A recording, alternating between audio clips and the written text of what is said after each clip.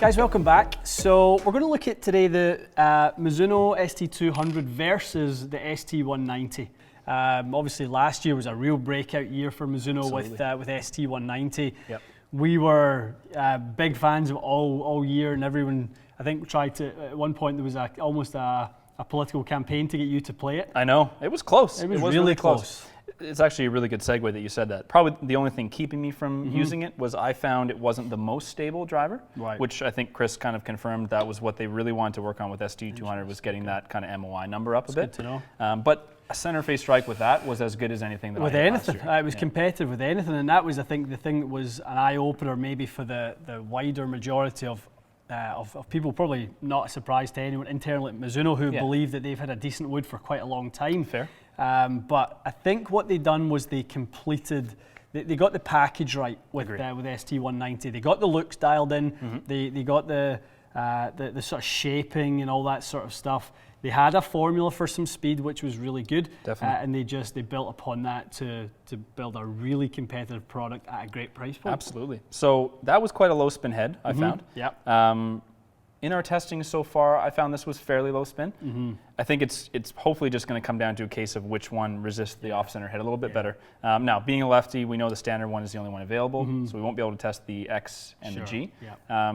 You were just looking up all the tour stats. All three of the drivers are somewhere on the PGA Tour right now. Every one of them is in play. Which is pretty cool. They have an ST200, a 200G, and an X, which is maybe the surprising one that there's an X in play. Yeah, but I think we're kind of starting to see that. Like the Cobra Extreme has been in play. I don't know if there's any Maverick Maxes in play. I won't say whether there is or not. I don't think there is. There's certainly a Sim Max D in play. Okay, so it's not crazy that some players are finding that they can probably, with adjustability, get the face angle the way they want, and then the rest of it's just a bonus. Yeah, and I think that's partly having the ability to have three heads like Chris talked about when he was here, is giving them an ability to stretch the performance characteristics a little bit. They don't have to cover such a wide range with two because they can go a bit more extreme with three. A couple of different things with regards to the set, the sort of makeup of it is some different materials used. Chris talked about that when he was here. So they went away from their sort of traditional 6/4 tie last year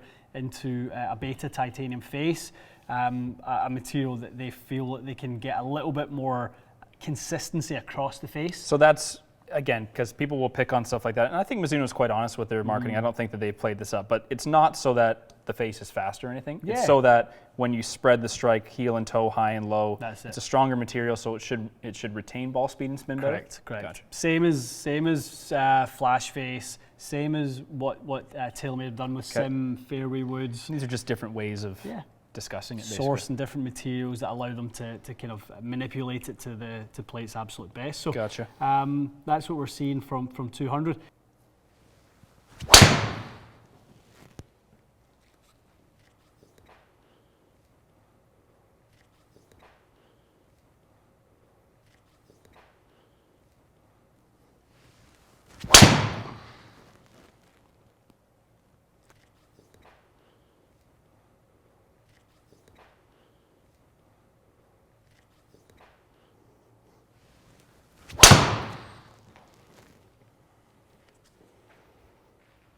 That's a goodie.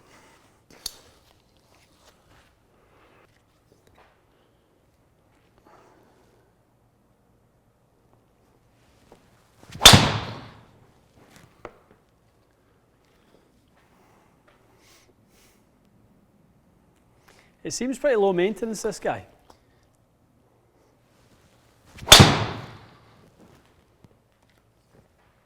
You can actually feel less twisting, I think, when you miss hit one. That was well struck. The one before, it was a bad strike, but it doesn't feel like the club really whipping past you.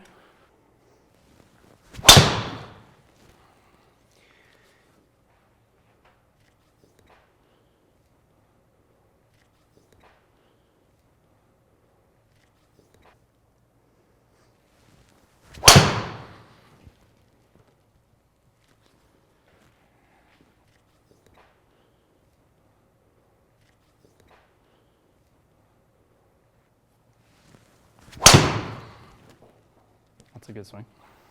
Very good there. Yeah, just when you hit that good one and it just has that little bit of rise to it, that's good.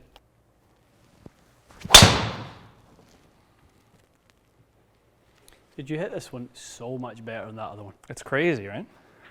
I know that the numbers don't show it, but it's significantly different.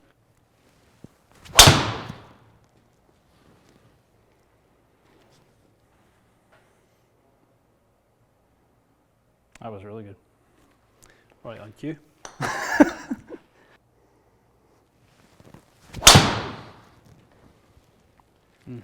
Go.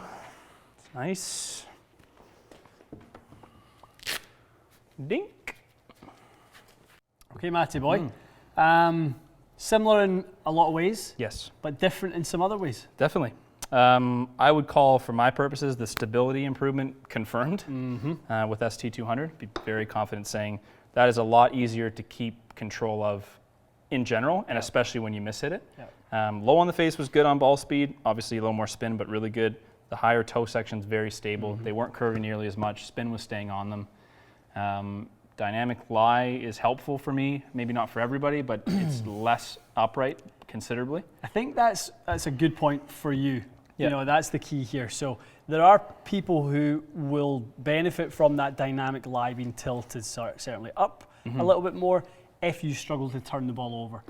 You have no issue turning the ball over, and if anything, we try to manage the toe strike. So that dynamic lie angle being in 3 degrees different. It's a lot. Off of the exact same setup. Same shaft and everything. It is quite crazy. But I think we earmarked that early last year. Sat upright and was low spin. So if someone who slices it, it probably was quite a good driver for a lot of people because it helped with the face angle through the lie. And then obviously the low spin gets the ball a little bit further out there. There's not much else we could do to control the variables there. I mean, efficiency-wise, it's exactly the same off of the same speed. So we're not seeing any real big pickups. We're seeing a little bit of the CG being a bit deeper. Okay. So we are seeing some height differences. Interesting. Obviously, that's resulting in a minimal gain in carry, but it's very, very small sort of amounts. Yeah, the dispersion circle is where that's those are the ones where you look at that's a lot more accurate in this setup for me. I don't think there's ever a situation where this would be more accurate for someone unless the face angle is really helping them. It might be longer for someone because at times you can really get the spin down with that. But I would have a hard time seeing anyone that wouldn't be better off going ST200. If you need the face angle, just close the face of it, because we were setting this on neutral. You could easily close the face. I think that's a good little test, and it kind of maps to everything we've seen in the other tests. There isn't much of a speed story going on in 2020. Agree. There's no, other than Sim and M5. That's the 2 drivers that I have seen that there has been a significant upgrade in speed. Fair. Sim and M5. Other than that, we're seeing very, very minimal improvements. That speaks to the quality of last year's head. Yes. And it speaks to where we are in the marketplace with regards to reaching what's close to the limit. Absolutely. Yep. And I think the only limit that hasn't really been reached yet is the stability, and they're starting to tap into that. I can see why it took a while to go, let's figure out how to be low spin, let's figure out how to do all these things. Now they've kind of figured out, we've kept the spin down, but now the stability of the driver is back. That's why I think everyone's drivers are starting to really be really good. Like they're all kind of at their best version that they've been the last couple of years. No, absolutely. So I think we can safely say that there has been a slight upgrade, but if you're interested in ST190, it'd be worth your own head-to-head, just to see where you're going to find your value and that sort of thing.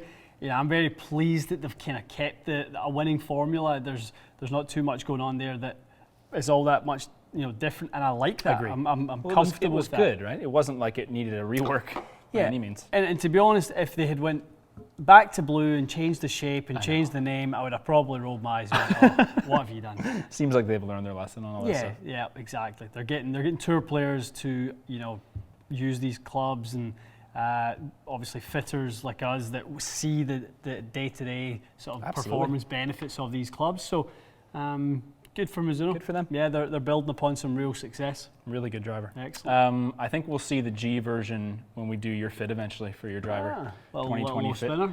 I think so. I'm not sure whether you'll need as much spin reduction as last year, but I kind of think that one, Sim, Cobra Speed Zone. Yep. Those are all kind of in my mind for ones that you might quite like. Yeah, I'm definitely curious to see what that 200G is like. Especially with the adjustability. Like I know you like to move some weight in the toe and stuff like that, so nice. We will have a look for sure. All right. Okay guys, let us know if you've had a chance to try the new Mizuno Woods. Any of them, if it's been the Fairway Woods, we just got the new CLK hybrids, which we're keen to test as well. Those are so nice. Really like the look of those. Yeah, more testing on that stuff to come. Okay, stay tuned.